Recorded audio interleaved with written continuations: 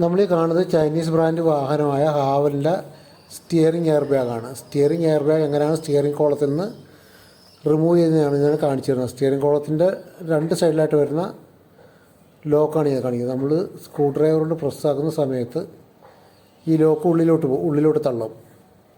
നമ്മൾ flat screw driver side സ്റ്റിയറിങ്ങിൻ്റെ താഴ്ഭാഗത്ത് ഞാൻ കാണിച്ചു തരാം. ഇത് താഴ്ഭാഗത്തായിട്ടൊരു ലോക്കാണ്. അത് ഹോൾഡ് ചെയ്ത് പിടിച്ചിരിക്കും. അതിൻ്റെ താഴ്ഭാഗത്തുള്ള ലോക്ക് അവിടെ ലോക്കായിട്ടിരിക്കും. മറ്റുള്ള ബോക്സ് വാങ്ങുന്ന മറ്റുള്ള വാഹനങ്ങൾക്ക് വരുന്ന അതേ രീതിയിൽ തന്നെയാണ് ഇതിൻ്റെ സ്റ്റിയറിങ്ങിൻ്റെ ലോക്കും വരുന്നത്, സ്റ്റിയറിംഗ് എയർ ബാഗിൻ്റെ ലോക്കും വരുന്നത്. കാരണം സ്റ്റിയറിംഗ് കോളം താഴ്ഭാഗത്തായിട്ടൊരു ഹോൾ കൊടുത്തിട്ടുണ്ട്. അപ്പോൾ ഫ്ലാറ്റ് സ്ക്രൂ ഡ്രൈവർ അതിലൊക്കെ ഇട്ട് ഓരോരോ സൈഡ് പ്രസ് ചെയ്ത് പുറത്തോട്ട് വലിക്കുകയാണെങ്കിൽ അത് റൈറ്റ് സൈഡിലത്, മറ്റേ റൈറ്റ് സൈഡിലെ ഹോളാണ്. ഓരോരോ സൈഡിൽ സ്ക്രൂ ഡ്രൈവർ ഇട്ടിട്ട് നമുക്ക് പ്രസ് ചെയ്യുന്ന സമയത്ത് നമുക്ക് ഓരോരോ സൈഡിൽ ലോക്ക് വിട്ട് വരും. ഇതിപ്പോൾ ഞാനിത് തിരിച്ച് ഇൻസ്റ്റാൾ ചെയ്യുന്നതാണ്.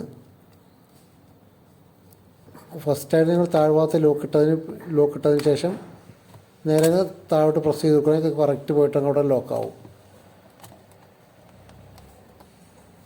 മാക്സിമം സ്റ്റിയറിംഗ് എയർ ബാഗൊക്കെ അഴിക്കുന്ന സമയത്ത് നമ്മൾ